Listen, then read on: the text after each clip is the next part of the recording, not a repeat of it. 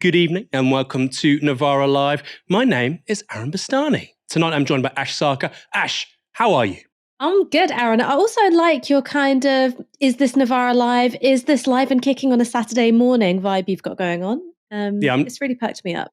I'm going for the Rishi Sunak come children's TV presenter in the mid-1990s kind of vibe.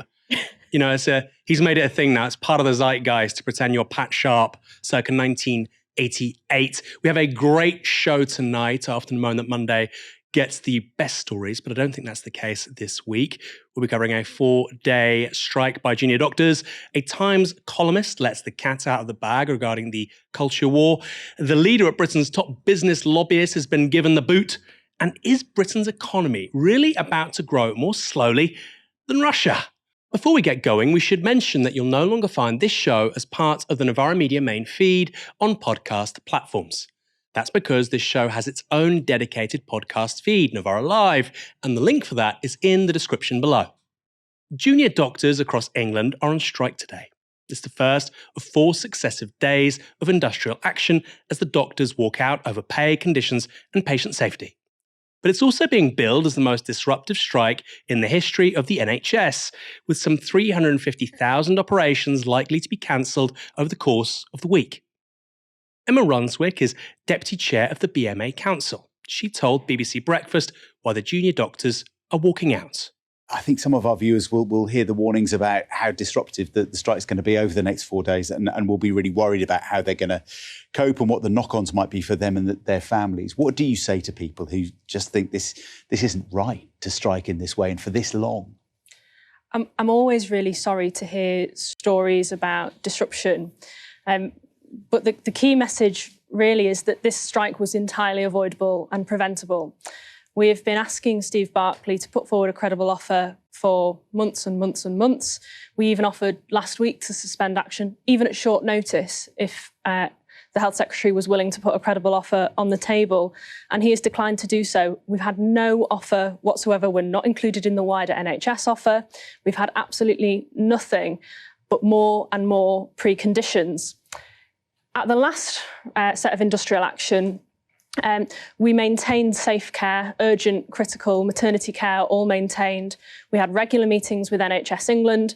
I'm fairly confident that safety can be maintained through strike action by junior doctors, but it does cause disruption. It's not something any of us want. What we want is pay restoration so that we can reverse our workforce crisis and get back to giving patients the care that they really deserve. Now, over the last 13 years, junior doctors have seen their pay fall by a massive 26% in real terms. They're asking for their real pay to be restored to its levels in 2008, but Health Secretary Steve Barclay isn't prepared to negotiate. Brunswick gave the doctors' side of the argument, while the BBC seemed to give the government's. You say that he needs to come up with a credible offer. He says you need to come down from your demand of 35%. I mean, the ball is in your court as well here, isn't it? It's really not. We've been asking 35%? We've been asking since last August for a reversal of the real terms pay cuts that we've suffered since 2008. So we've lost 26.1% since 2008. If you take £25 away from 100, that's £75. To get £25 back, that's a third of £25. So we're only asking for a reversal of pay cuts. We've had that position only? 35% is not really only, is it? We've had that position for a long time. Steve Barclay refused to discuss with us. We're happy to negotiate. This is not a situation where we are, damn fixed in our position. We are looking for negotiations, and Steve Barclay isn't willing to even talk to us. But so you haven't, though, said we'll come down to 25% from 35% or something. That's, I think, the kind of thing that he might want to hear. Yeah, but we're not negotiating on, live television or in the media. But even to him. Yeah, but he hasn't put any offer at all on the table, not a counter offer at all. So if we want to start a negotiation, there has to be two sides in the discussion, and we are the only side in the discussion at the moment. Do you see, though, for a patient, how this might be very, very frustrating, because you have your line, Steve Barclay has his line. Someone somewhere's got to give. Absolutely. And I mean, we're happy to be in negotiations. We've never set any preconditions for negotiations. What would it take from him? What do you need to hear from him? A credible offer. And we wrote to him last week very clearly setting that out. He needs to make a credible offer. We would be in negotiations yesterday, last week, this week, during industrial action, before industrial action. We've been writing to him since August. So there's no difficulty on our side entering into negotiations. It's the preconditions on Steve Barclay's side that are preventing that from happening. But he's kind of saying the same thing the other way around, isn't he? He's saying, we're happy to talk, but they've got to come down from their 35%. And meanwhile, patients we've heard this morning who said that they were in tears when they heard that they had an operation cancelled. Just really, really frustrated. Can you not both sides just at least get in the room together? So we're not the side with the power here to start negotiations. We've been asking for literally months before we even balloted for industrial action. We then warned in January when we started balloting for industrial action. At any point, Steve Barclay could have entered negotiations with us. When we met after the last round of industrial action, he literally walked out of the room having put nothing on the table. So, people might try and say, both sides need to move here, but we've done everything that we possibly can do. It's his choice not to talk to us. So what about all those cancelled operations? That was a topic that came up when Sky's Kay Burley interviewed Sumi Manarajan from the BMA. She painted a bleak picture on the level of care the NHS is currently able to offer. What we're seeing in the NHS at the moment, when you look at this through the state that the NHS is in at the moment, we've got 7.2 million patients on waiting lists. This is more than we have people living in Scotland. We aren't operating. The government isn't operating a health service. They're operating a waiting list. And we've got 500 patients dying needlessly every week. We can't solve this without doctors. 7.2 million? Mm-hmm. Yeah, and you're adding another 350,000 over the next 4 days? So there will be patients that have their appointments and operations cancelled. The reason for this is because the government won't negotiate with us. They haven't given us an opening offer, and without an opening offer, there's nothing to negotiate. We're open to creative ways in how we can restore the pay of our junior doctors. But we need to appreciate that we are 9,000 doctors now, and with millions on the waiting list, we can't bring this number down without doctors. And patients know this as well. Patients are appreciating that the reason they can't see their GP, the reason they can't see a hospital specialist is because there aren't any, and the public do support us. Is being a doctor not a vocation? It is a vocation, but of course, if we've got to the point where the workforce is in crisis, when we can't give the level of care that we want to give patients, and doctors are leaving to go to Australia, New Zealand or Canada, we need to do something about this. This is ultimately so we can provide the care that we want to. Now, Mani Rajan talked there about the exodus of junior doctors, as well as other NHS staff, to Australia and New Zealand, where pay and conditions are much better. In January, The Times put some figures to that claim, reporting this. Last year, 6,950 UK doctors applied for a certificate to work abroad, up from 5,576 in 2021, with many feeling pushed out by poor pay and working conditions. 1 in 4 go to Australia, where hospitals and healthcare providers have launched recruitment campaigns targeting NHS doctors, nurses and midwives. The BMA has claimed that 1 in 3 junior doctors plan to move abroad in the next year. 1 in 3.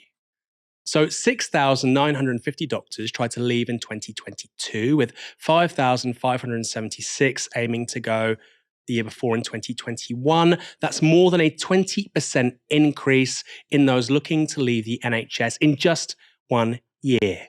Still, rather than take the crisis in the health service seriously, some journalists prefer to quibble over the way the BMA arrived at its figure of a 26% real terms pay cut since 2008. That's the really big story after all. Sky News interviewed the BMA's Arjan Singh. They asked him this. The BMA has used the retail price index to measure inflation, but the consumer price index is what is normally used when it comes to measuring inflation for pay negotiations, which would mean that junior doctors' pay has fallen by 16%, which is far less than the 26% that the BMA is saying. Would it not make more sense to have a more realistic demand? So we use RPI, and RPI is actually used for student loans, which junior doctors, as I've said, have, in excess of £100,000. It's also the best measure for housing costs, which is something junior doctors struggle with the most.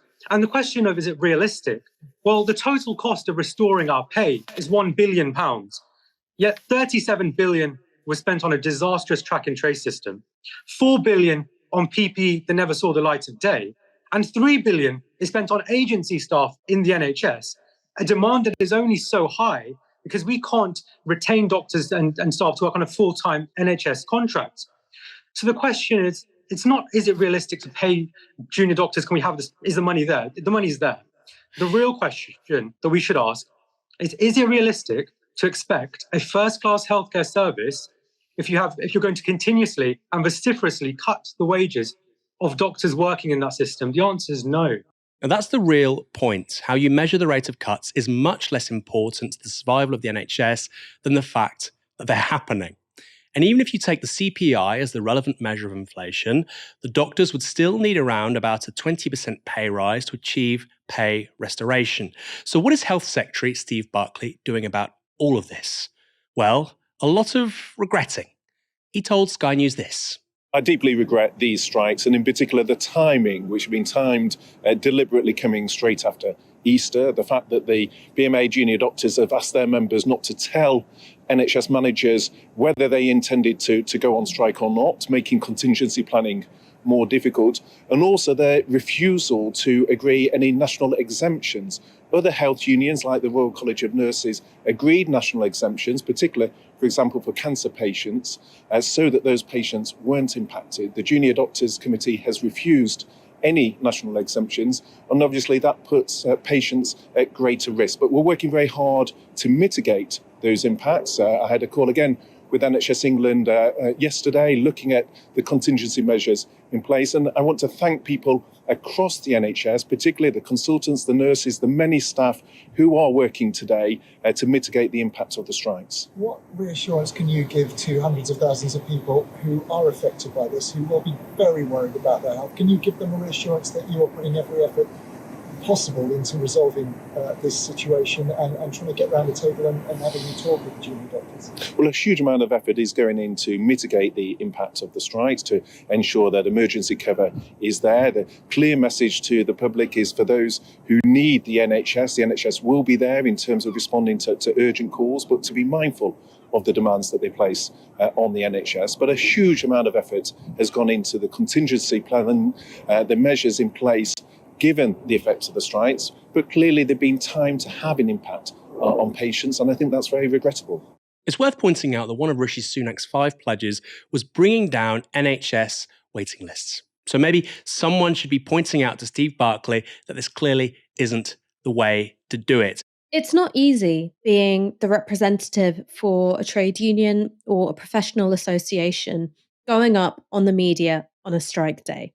I would say that is one of the toughest things you can do if you are doing a media round, because you know that those questions are going to be pretty hostile. They're going to have adopted the government and the right-wing papers framing to a significant degree. So being able to keep your composure and not only that, very calmly explain your position and in some cases explain why the premise of the question is wrong is really, really difficult stuff.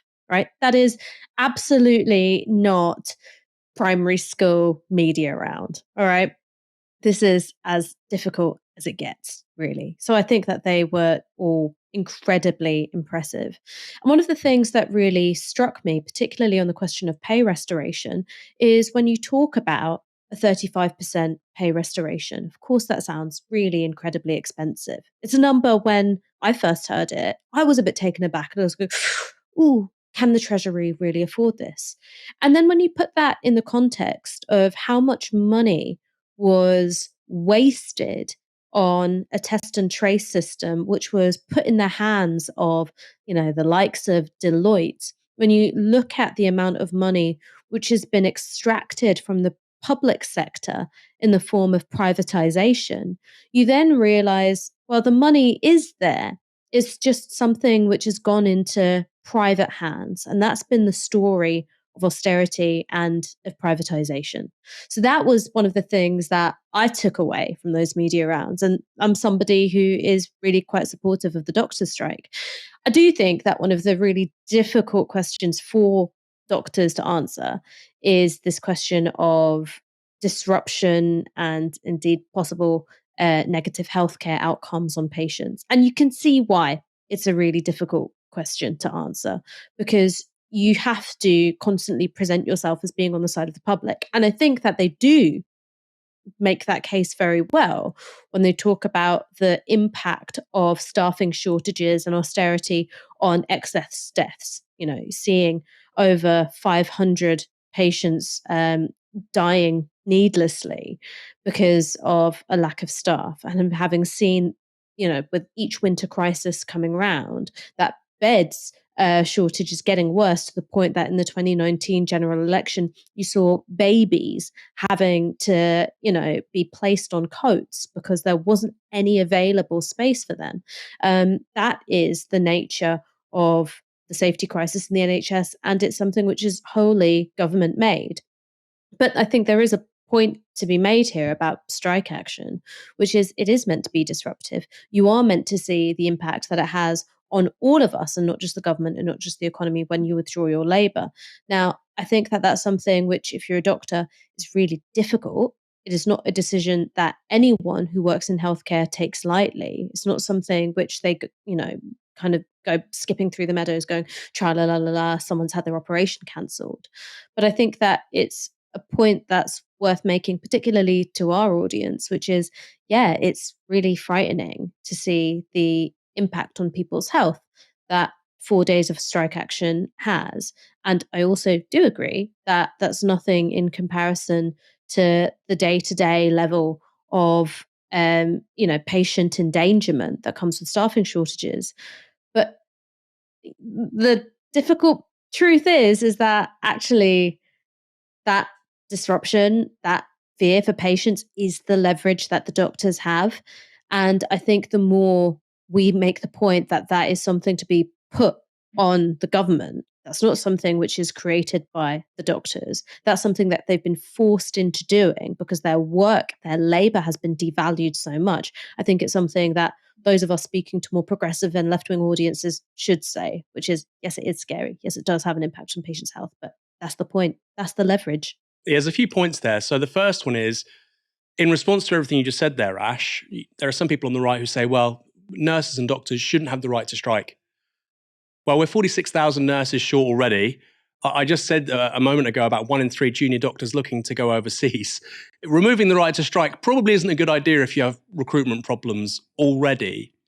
And then secondly, Ash, I mean, I just put some specifics on what you said there. We covered this a while back. You're looking at around 500 excess deaths a week. That's deaths that shouldn't be happening, or deaths above the expected kind of normal, because of any waiting times, people waiting longer than they should in accident and emergency. So obviously over a year, you're looking around 25,000 deaths. Huge numbers are dying and suffering because of the status quo. But I guess, like you say, Ash, it's very difficult to convey the totality of a failing NHS. We're talking about a system which provides public health care for 65 million people, when often the electorate, people relate these things through anecdotes or their local GP practice or a bad news story that's, highly emotive in the media. However, Ash, all is not lost. I want to move on to the public perception of the strikes because it's quite positive for strikers, that is. Obviously, the government will be hoping that the longer they hold out on negotiations, the more that public support for the strikes will begin to fade. But at the moment, that doesn't seem to be happening.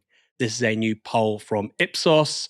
As you can see, nurses, ambulance workers, and junior doctors right there at the top. And if you're just looking at the colours, it's really important to emphasise that that colour there, I don't know what you call it, sort of blue, green, there is a word for it. Politicians love it because it's kind of, it's neither blue nor red nor green. That's strongly / tend to support. Grey, neither support nor oppose. So that's right in the middle, right? So nurses, basically 3-1, support to not support. Ambulance workers, again, almost 3-1. Junior doctors, significantly over 2-1 support. Have to say, I feel a bit sorry for driving examiners right at the bottom there. People not really on side with them, but that's a story for another day. It's not just the general public who support the doctors. Patients are showing enormous understanding too, as that polling indicates. David Bell has been waiting to have a precancerous tumour removed. He spoke to Radio 4's PM and told them this. It's an anxious time anyway. There's been, a few months of kind of tests and scans leading up to this point, so that's all been very anxious. And so it's one of those things you don't ever want to happen, but equally you don't want it to be delayed either. So it's been a very difficult time. I wonder if anyone's told you whether this affects the risk factor of not having the procedure when you were meant to have the procedure. No one has told me that directly, but I can only presume, because I was being treated as a priority patient, that obviously they want to move on this as quickly as possible. So obviously, the longer I wait, and obviously being in a situation where something is precancerous, obviously you don't want to lose that pre. So in a sense, yes, it is. It is. I guess there is a risk. So the junior doctors are asking for a 35% pay rise. The Health Secretary says, "I'm not even coming to the table unless you're more realistic." Where do your sympathies lie in all of this?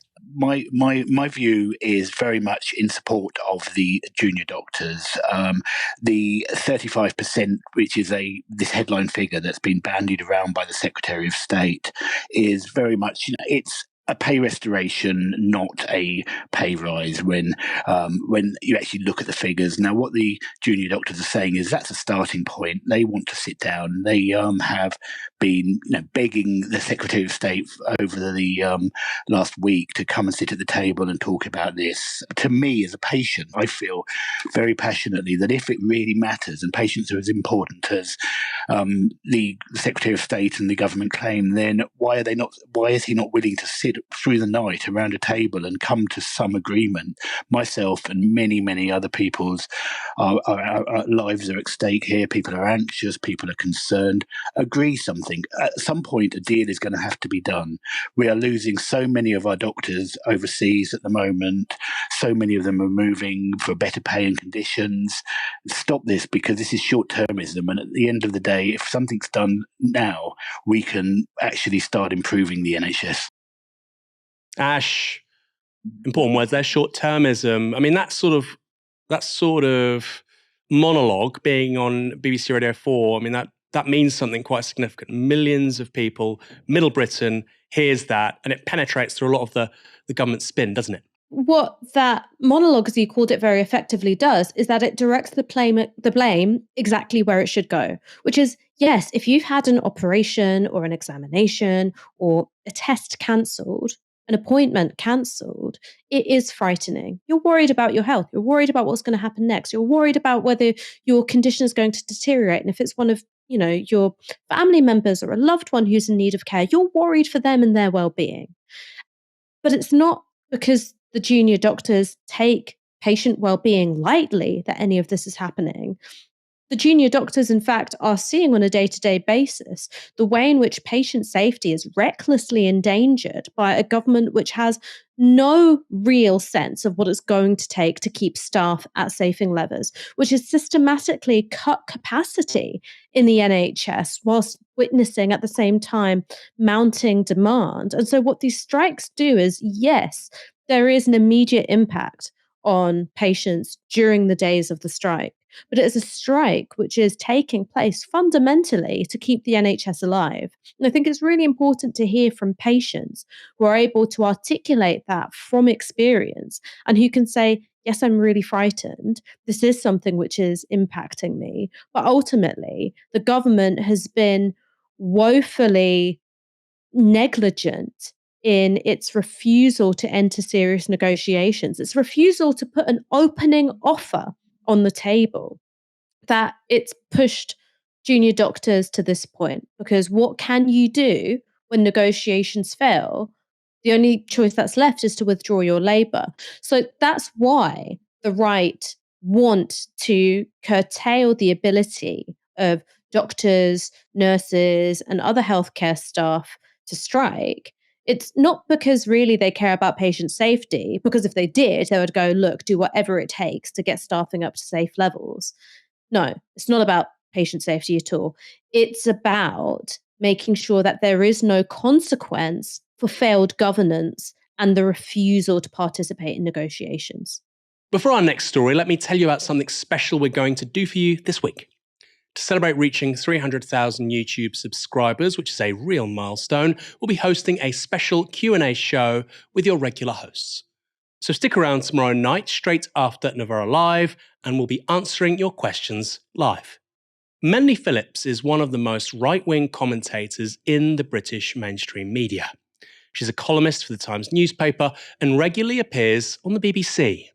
She's a social conservative, but is also incredibly controversial, not least because she was cited at length by the far-right mass murderer Anders Breivik before he killed 77 people in 2011.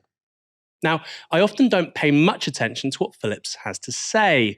You've probably guessed why. But in a new column, she really lets the cat out of the bag, and I had to talk about it here tonight.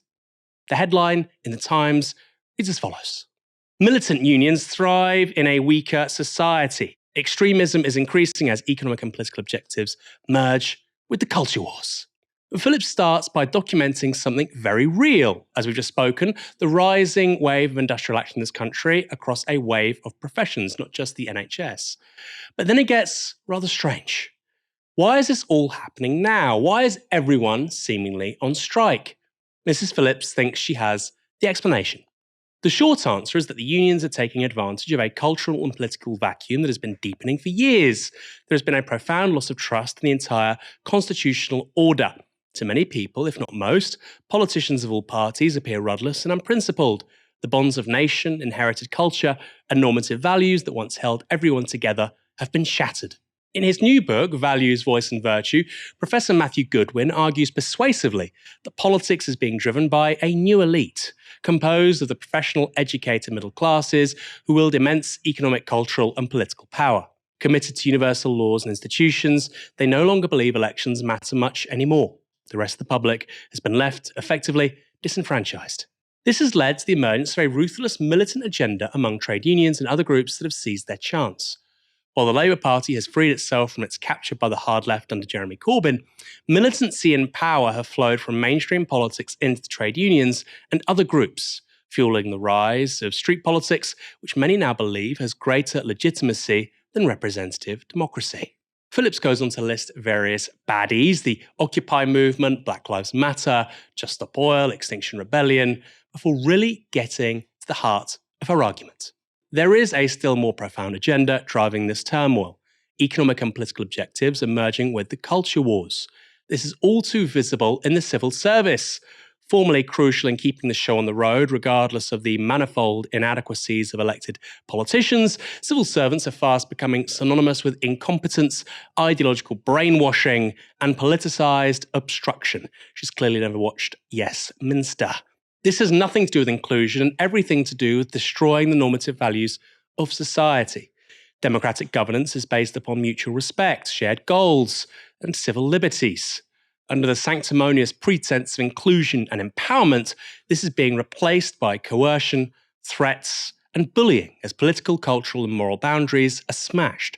It's Britain's post-democracy moment. Now, I think this is hugely revealing because it shows what the right actually has to offer when confronted with economic stagnation and permanently falling living standards. And that's to talk about drag artists, pronouns, and LGBT authors. Because for all their attacks on the left and its apparent obsession with the culture wars and identity politics, it's the right to amplify and feed off these debates precisely because they have nothing to say on wages, people getting poorer, the housing crisis, and rising bills. Which is how you get the bizarre spectacle of a columnist who is routinely on the BBC explaining strikes that involve millions by talking about people who use they-them pronouns while working at the civil service. Ash, it's a really instructive article, isn't it?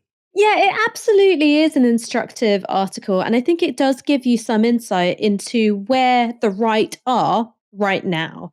I mean, First, this is something which you see in the pages of the Times and the Telegraph and the Spectator an awful lot, which is you've got a set of journalists who really have had everything that they've ever wanted. They wanted Brexit, they got Brexit. They wanted year upon year of Conservative government, they got year upon year of Conservative government.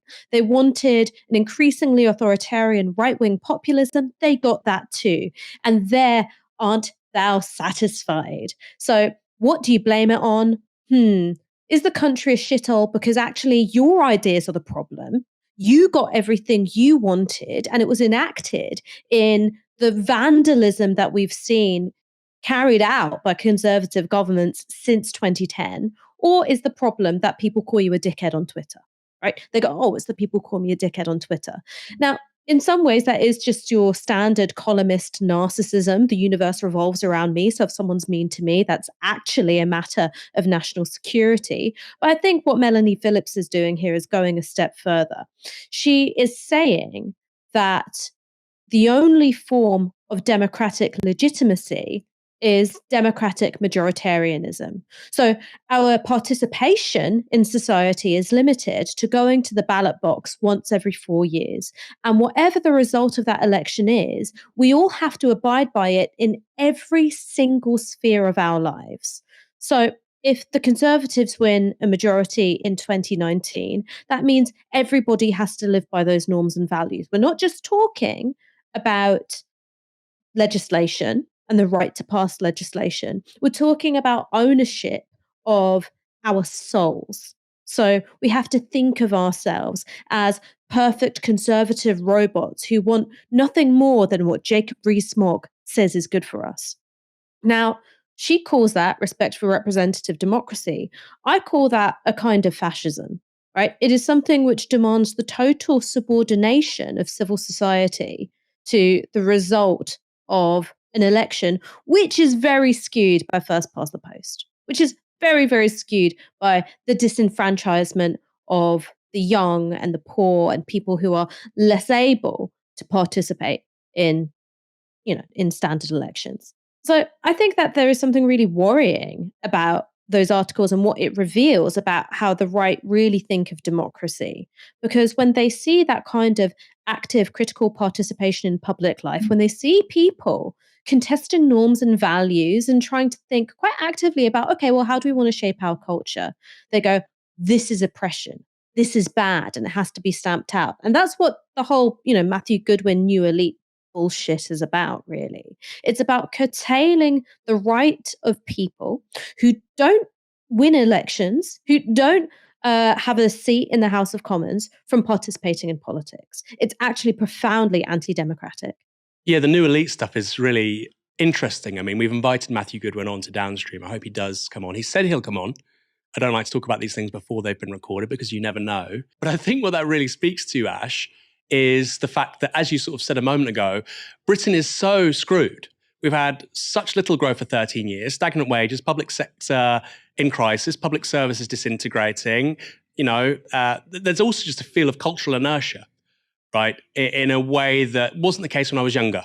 And I'm not just saying that because I'm old and now I don't know youth culture. There is clearly a sense of cultural inertia, I think, inevitably, which is an outgrowth of sort of economic flatlining. When you have that kind of effectively state failure, right, you're not making history anymore, it's not exciting, it's not dynamic, nobody wants to be the elite. Nobody wants to say, yep, we're the guys making the decisions now, right? Nobody wants to be that person because obviously it's failing, so they have to point at somebody else. And you do end up in the bizarre situation where you have half a dozen columnists or people, liberal journalists, who are being pointed at as, as if they were the chairperson of the IMF, the governor of the Bank of England, the head of the Crown Prosecution Service and the Director General of the BBC. Like, no, it's Stephen Bush and Jonathan Portes. And I do find it rather strange, but I think it does speak to something much more important, which is nobody really wants to take ownership of how fucked Britain now is. Nobody.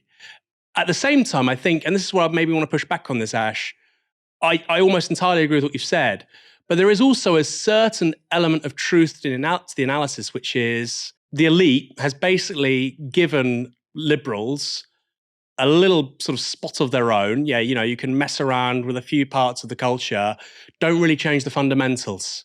Do you know what I mean? So you see this a lot with the Confederation of British Industry. We're doing a story about that later on.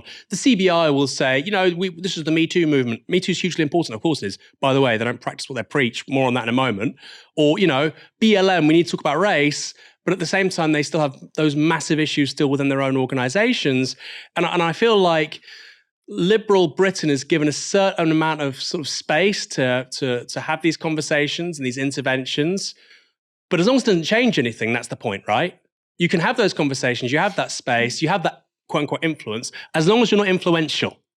And I think we've seen that firsthand here with Novara Media. The minute you actually start to impact the conversation, well, people aren't so keen about you anymore. What are your thoughts on that?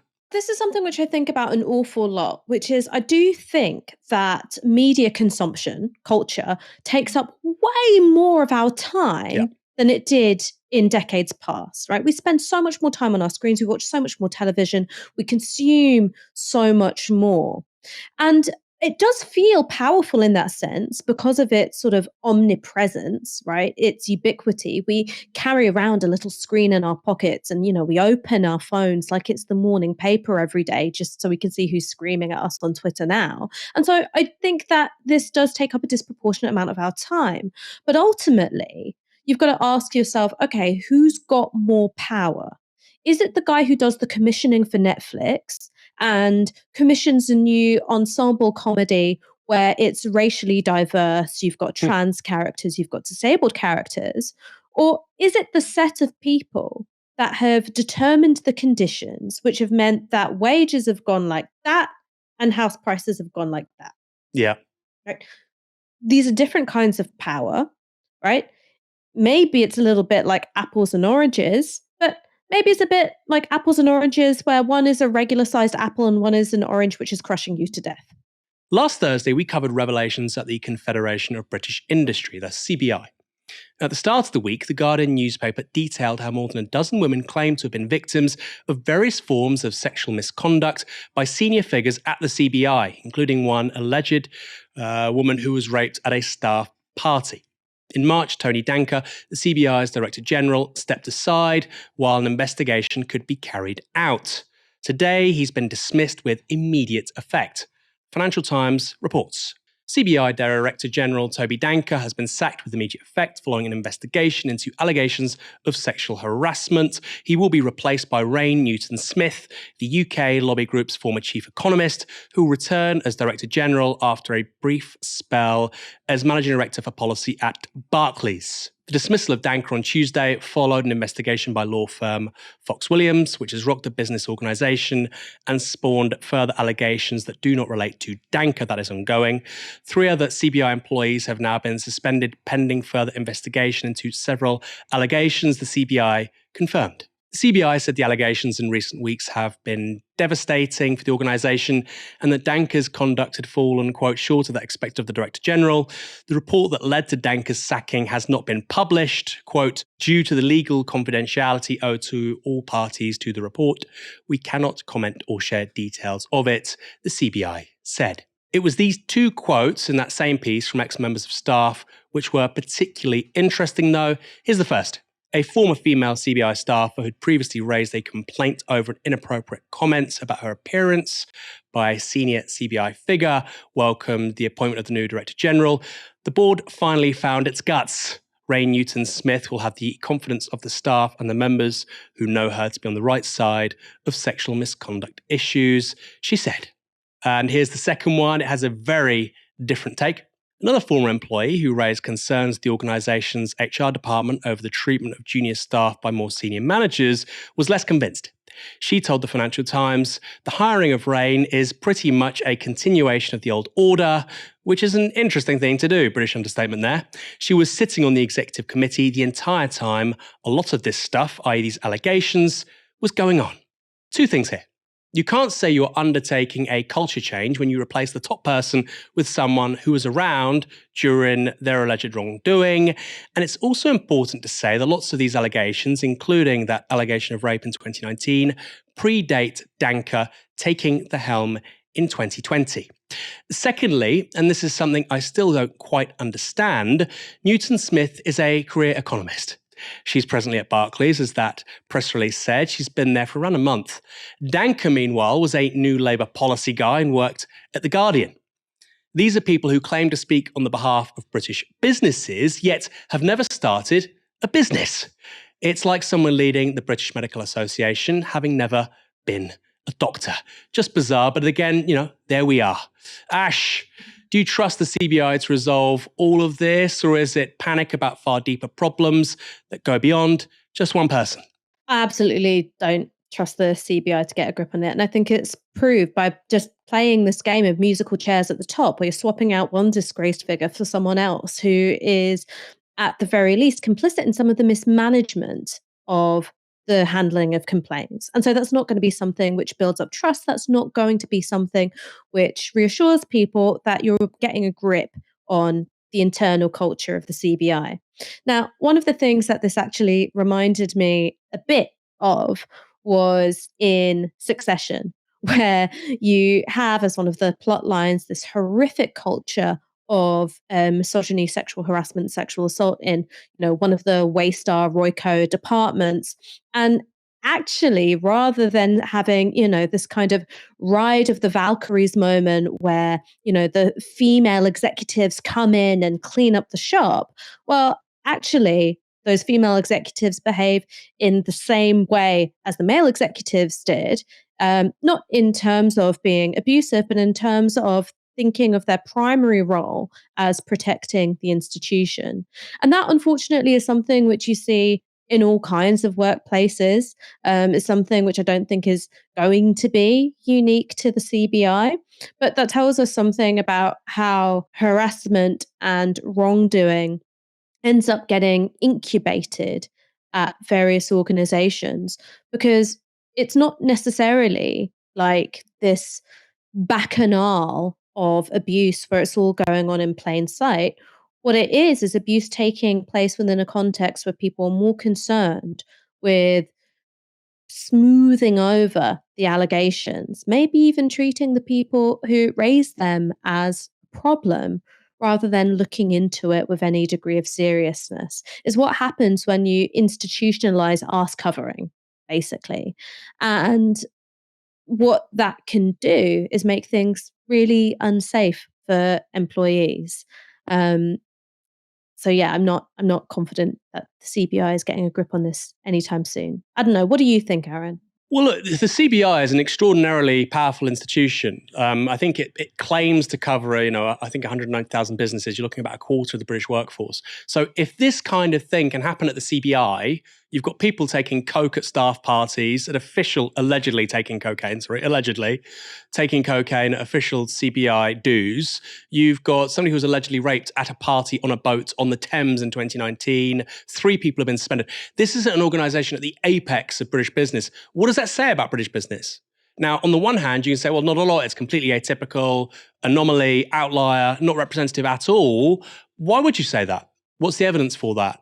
And I think this probably does get to the heart of actually quite sordid business cultures right across this country. And I'm not saying every business has these problems. Of course it doesn't. But I think when you have very powerful individuals in hierarchical organizations of any kind, it can be faith-based, it can be business, it can be politics, I think you can get some very sordid behavior.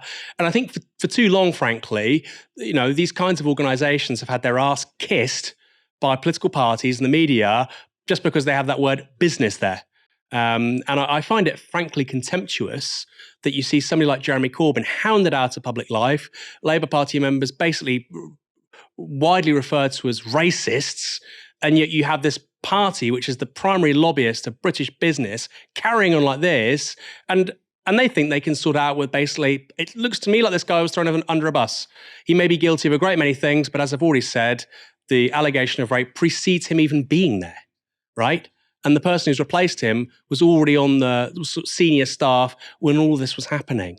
It doesn't seem to me to be a particularly serious effort to address these problems, but you can absolutely rely on Novara Media to stay on top of this kind of stuff in the CBI. Important to stay, I don't often give them credit. This story was broken by The Guardian. Would it have been broken by The Times? The FT, the Telegraph. I wouldn't want to make any insinuations, but it's an interesting question. We've got a pretty bizarre story for you now, though it's an interesting one. Not least of all because it tells you a lot about a Home Secretary with a keen nose for headlines. To tell you the story, I'm going to have to use a word that you probably haven't heard in a long time, and it's one that may make many people queasy. They'll find it genuinely offensive, including myself, so be warned. That word is gollywog, but we think it's important to use it, and I'm going to leave it to Ash to explain why. The story begins at the White Hart Inn in Grays, Essex. Bennis Riley runs the pub where she displayed her collection of around 30 gollywogs in February. A member of the public complained to Essex Police about the collection, saying they'd found it distressing. And last week, officers from Essex Police entered the pub and seized the dolls, treating that complaint as an allegation of a hate crime. You can see them here bagging up the racist caricatures. No arrests were made, though Essex Police have said an investigation is ongoing. It wasn't the first time the authorities had tried to get rid of those dolls. In 2018, the local council asked her to take them down, but the landlord there refused and claims to have received even more of the dolls from supporters afterwards. Riley told The Independent this: "My husband and I are not racist at all. We do Indian weddings. We have many cultures come into our pub, and none of them would ever say we're rude to them or anything like that. We welcome them all. To me, we are all people, and my husband feels the same. As for the gollies, they're dolls." So far, so local. But now enter Home Secretary Suella Braverman.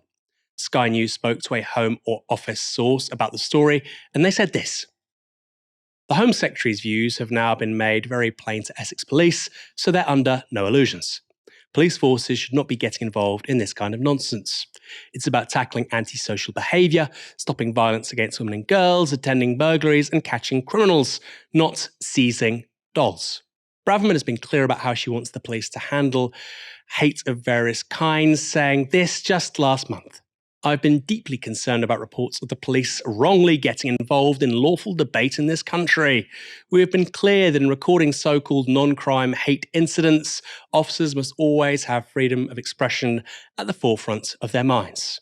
That intervention generated a lot of favourable headlines for Braverman from the Tory press. There was this in the Daily Mail: Suella Braverman blasts police force for sending 5 officers to seize collection of gollywog dolls from family pub, as Home Office source warns they, quote, shouldn't be involved in this nonsense. Then there was this in the Telegraph: "If you want a swift police response, call them to arrest a toy." That's from Petronella Wyatt. But did the Home Secretary actually ever get involved in the case? Or was this just a canny move to increase the wedge effect of her war on, quote, wokery pokery? This is what Essex Police had to say. "We're investigating an allegation of hate crime in Grays. The report was made to us on 24th February and we visited a venue off Argent Street on 4th of April. We're aware of reports suggesting we have been contacted on this by the Home Secretary. This is not true." In the meantime, pub landlady Bennis Riley has put her remaining gollywogs back on display. Her husband, Christopher, is due to be interviewed by the police when he returns from holiday next month. But Adam Bienkov, political editor of Byline Times, he's done a little digging into Riley's Facebook history, and he found this. This is, as you can see, Riley's social media, and you can see a highlighted quote here. "They used to hang them in Mississippi years ago." There was also this. "Let's see how many post this." Posted Lawrence Ashenden in 2020. It was reposted by Christopher Riley. "White Lives Matter." And Riley posted this too.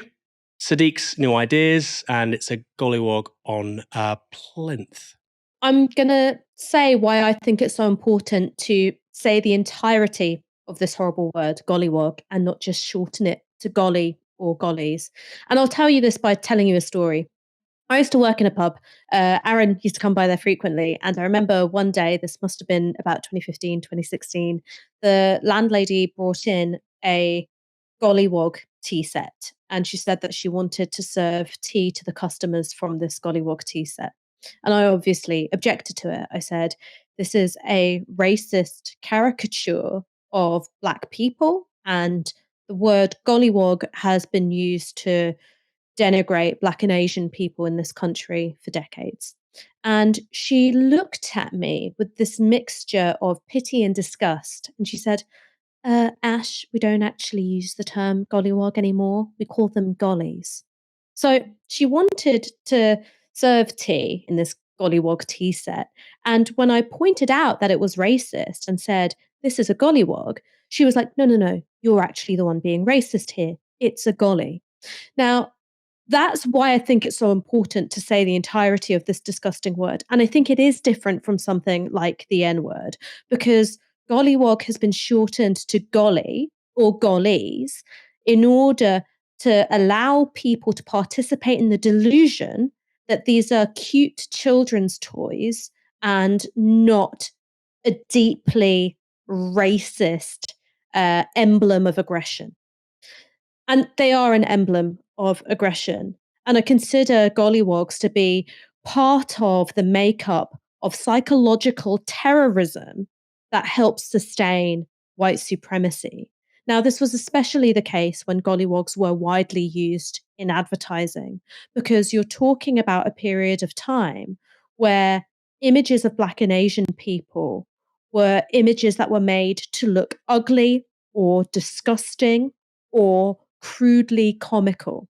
So you had adverts like the Pears soap advert, where it depicted a Black child being washed and then emerging white in order to create these connotations between dark skin and dirt. And the purpose of gollywog dolls was to hammer home this point of, you are grotesque, you are ugly, you are not as worthy of respect or dignity as white people. And this was all taking place in a context where you did not see positive images of Black and Asian people, and in particular, positive images of Black and Asian children. And so that's why in the 1960s, the 70s, and the 80s, you had so many Black and Asian activists campaigning against gollywogs and also campaigning for more positive imagery of Black and Asian children in children's books, for having that representation which you'd see on shows like Sesame Street, or this wonderful era of children's books, which had been sold at the Walter Rodney bookshop by the Bogle Louverture publishing house. This was all about having a kind of countervailing tendency to that kind of psychological warfare, which was socializing Black and Asian children to believe that they were ugly and they were disgusting. So these are emblems of what I believe to be psychological terrorism. And you can see that in the way in which this man, this pub landlord, and his wife displayed them. That up in the pub, they're being hanged from shelves. And from his posts on Facebook, it's pretty clear that there's a bit of nudge, nudge, wink, wink going on, where it's sort of intended to resemble a lynching, but being done so in this kind of plausibly deniable way. They're not gollywogs. They're just gollies. They're cute. They remind us of our childhood. And what's disgusting about this story, what's most disgusting about it, is that this should just be a local news story about one local racist. But what the Home Secretary has done by wading into the row and saying this is a waste of police time, by contextualizing it as free speech and open debate, is that it then gives cover and credence to a form of racism that a decade ago, 15 years ago, would have just been dismissed as BNP thuggery. And that is something which I think is relatively new in our politics. I do think that things have gotten worse if you've got a Home Secretary defending the display of gollywogs. Whereas I actually think that 10 years ago, even a Tory Home Secretary would have found it quite easy to condemn that. And the fact it's a woman of colour providing that kind of political cover, it signals a kind of veneer of respectability being given to a form of racism which as a country we collectively agreed was something we all wanted to move past. It signals a deeply backward step. I know it's not necessarily as big a story as something like junior doctors' strike or the hostile environment. We're talking about this one horrifically racist pub landlord, but this is a horrifically racist pub landlord who's just been given a bit of a carte blanche by the Home Secretary. That's worrying. That should frighten us all. The IMF has released its latest forecast for growth this year, and it will come as a surprise to absolutely no one that the UK is set to be the worst performing major economy in the world. Unlike every other major economy except Germany, UK GDP is set to shrink this year. Germany is forecast to contract by about 0.1%, but every other economy, including Russia, is set to grow. Now, the IMF last year forecast that we'd shrink by 0.6% this year, so our gloomy prospects have been made slightly less gloomy. Still, Chancellor Jeremy Hunt likes to look on the bright side. In response to the forecast, he said this: "Our IMF growth forecasts have been upgraded by more than any other G7 country. The IMF now say we're on the right track for economic growth, even though we're in recession.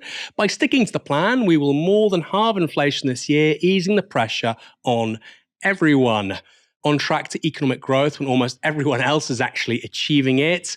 In slightly more upbeat news, the IMF has said we can look forward to, guess what? A whopping 1% of growth in 2024. Ash, there is a massive disconnect between how the politicians in this country communicate and the reality on the ground. People might say it's been ever thus, but when you have a chancellor talking about outstanding performances, Britain outperforming, doing well, defying the odds, and Russia, which is subject to some of the greatest sanctions any country has ever experienced, is growing more than we are, something very strange is happening, isn't it? I think that shows you just the scale and the severity of the economic self-harm which has been carried out by governments of this country. One is that we have consented to our own impoverishment with, over a decade of austerity, which has decimated our public services and also absolutely hamstrung the spending power of millions of people in this country. In fact, it has been reported that austerity has meant that our economy is £100 billion smaller than it would have been had money been spent stimulating the economy instead. So that's one thing.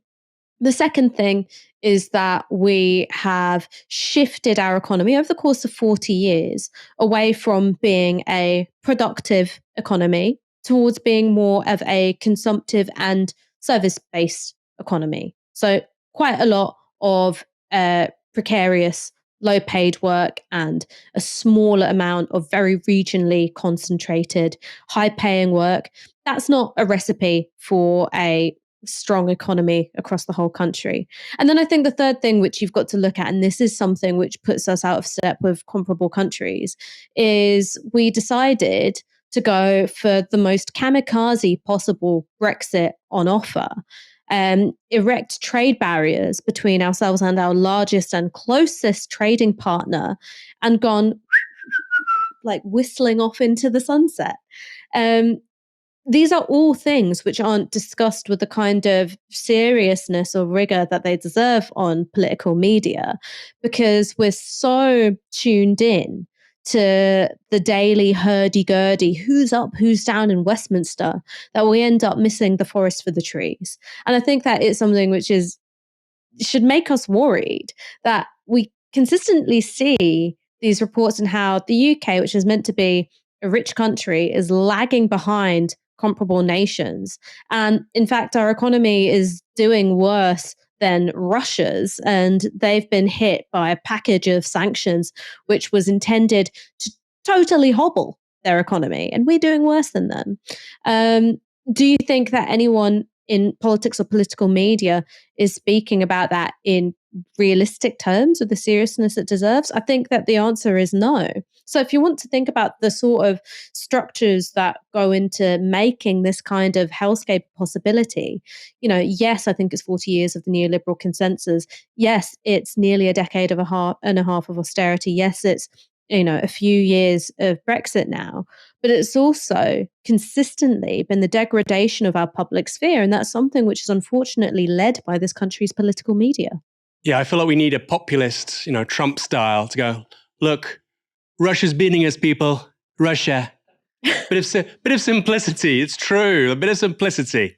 Instead, we've got people talking about LGBT authors and trans rights. Ash, thanks for joining me this evening. You've been fantastic. Thank you for having me. I should say that when you mention LGBT authors and trans rights, you mean is the transphobe saying that that's a major threat to public the media, life, right? Rather than being like, rather than being like, these trans rights, they're the reason our economy is doing bad. Just a note of clarification before I've got to come over there into the studio and cancel you, Look, Aaron. I know I'm wearing glasses, but I'm not Melanie Phillips just yet. Okay? And thanks everyone for watching this evening. Come back tomorrow night for another live stream from 6 p.m. For now, you've been watching Novara Media. Good night.